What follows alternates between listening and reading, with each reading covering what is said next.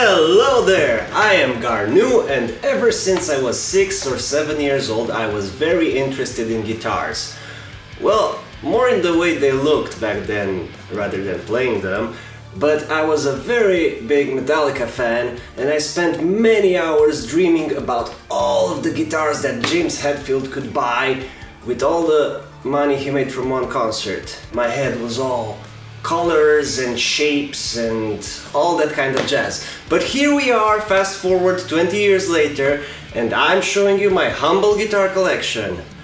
Well, I wouldn't exactly call it humble, but compared to James Hetfield, it is.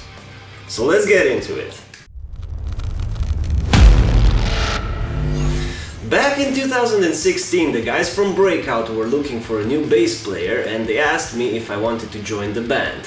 Now, I was a total newbie, I barely knew how to play, but I've been looking for an opportunity like that for a very long time.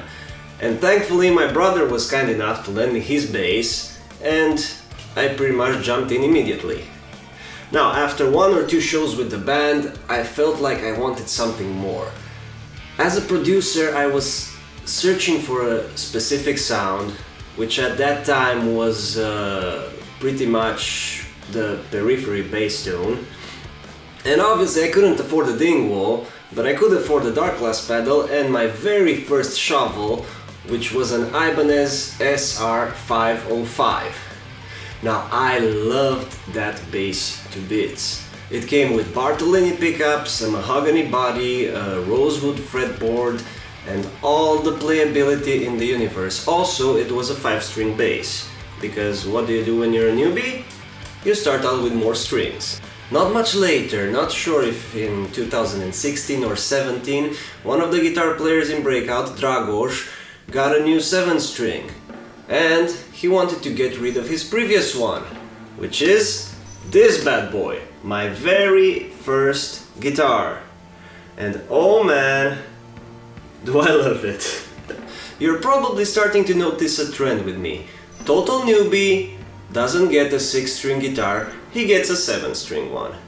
Now here's my mentality. I didn't know how to play guitar. I was okay at bass by that point, and I always wanted to write music. When I was a kid I tried to pick up guitar a few times. I've been to music camps, to courses and all that kind of stuff, but the consensus back then is that you have to learn acoustic guitar first and then you move on to electric, and then maybe you get the 7-string after a few years, after you get used to the 6 strings, and I was not into that kind of thinking at all.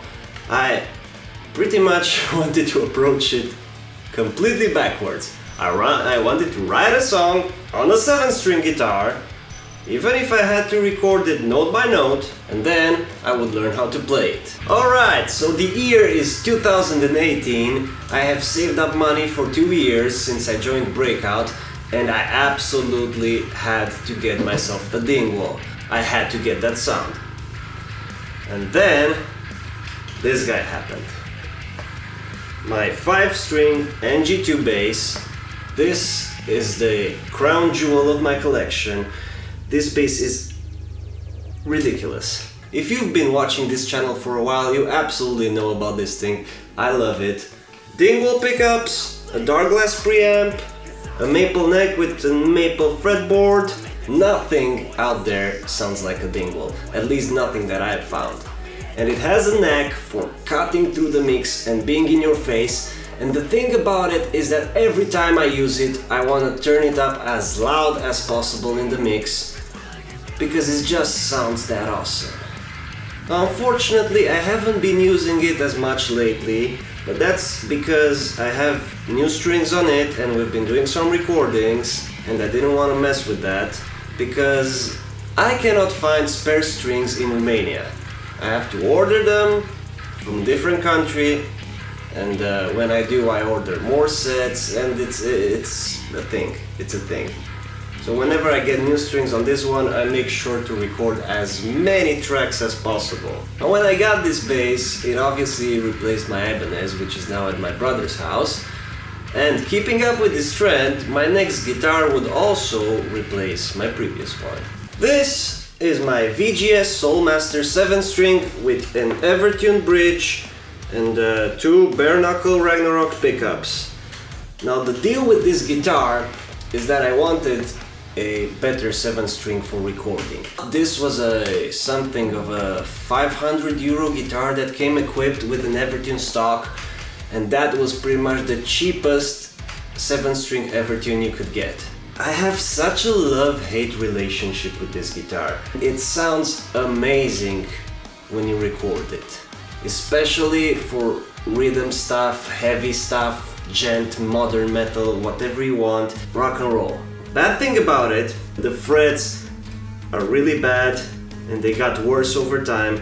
They started poking. If you play a big power chord like this, sometimes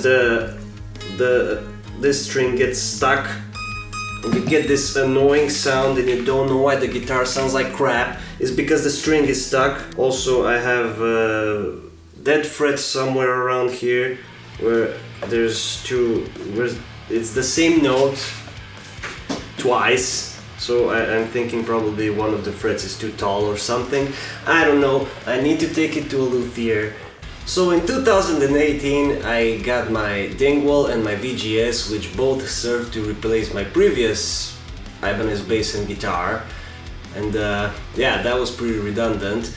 And in 2019 I felt it was time to get something else. Hagstrom Fantomen 6-string Ghost signature guitar. This is probably my favorite guitar to play. So I went to Vienna with my brother to a Ghost concert and I saw the guitars that they were playing. And I was wondering, what are those? They look so badass and they sounded so cool. I looked it up and oh man, I absolutely had to get one. I wanted to play 6 strings for a while, so I got this bad boy. And this bad boy has Landgren pickups. It has a 3-way switch, but the cool thing about it is that it has 2 volumes and 2 tones, and each tone is a push-pull pod that lets you split each of those 2 pickups separately. Obviously continuing my backwards musical journey, starting out as a vocalist, then a producer, then a bass player, then a guitar player, and starting out with 7-string guitars and then going into a 6-string guitar, I found it so much easier to play than a 7-string. But I think starting out with a 7-string guitar really helped me develop faster. It doesn't matter how you start, as long as you start. My whole idea was to have as many different sorts of textures and tunings as possible. And one of my goals was to get a new guitar each year. Then 2020 came and the pandemic hit and I had some money saved up, but unfortunately had to close the studio down. Money went away on supplies because you gotta eat. Anyway, I did get a guitar in 2020. It's a DIY Strat kit from Harley Benton, but I still haven't got around to working on that. But fast forward to this year, 2021, one of the guys in Scars of a Story, Vlad, wanted to sell his baritone guitar, and I've been looking for a baritone guitar for a very, very long while. I was like this close to getting a Dan Electro or something like that, but then Vlad popped into the studio with this beauty, asked if I wanted to buy it, and I said, hell yeah! It has 2 EMG pickups, 81, 86, 85, 86, something like that. I made a video on it, the specs are there. It has a kill switch, 3-way pickup selector, a volume. It's a no-nonsense gent machine. And finally, the latest addition to my collection, the Fender Jaguar bass. This one was completely unexpected. It was a gift from my father. He wanted to get me something nice that I would enjoy. It wasn't for my birthday, it wasn't for any special occasion other than the fact that he wanted to get me and my brother something cool. This is a real workhorse. Lately it's been the first bass that I reach for whenever I need to record something. Partly because I'm trying to save up the strings on the Dingwall, and also because this one is such a traditional tone and it fits so well in any single genre you want, that unless the song specifically calls for a Dingwall, I'm going for this one. Don't forget to drop a like, subscribe and hit that bell thingy if you want to be notified whenever I drop a new video, and please let me know down in the comments what you think about this one. If you like this collection, do you have any of those guitars yourself? Are you looking into getting any of them? Any ideas? Maybe what I should add, what am I missing? Who knows? A Whammy, a P90 guitar, I don't know, 8-string? Let me know what would you like to see on this channel, and maybe we'll find some way to do it. Thank you for watching, and until next time, rock and roll!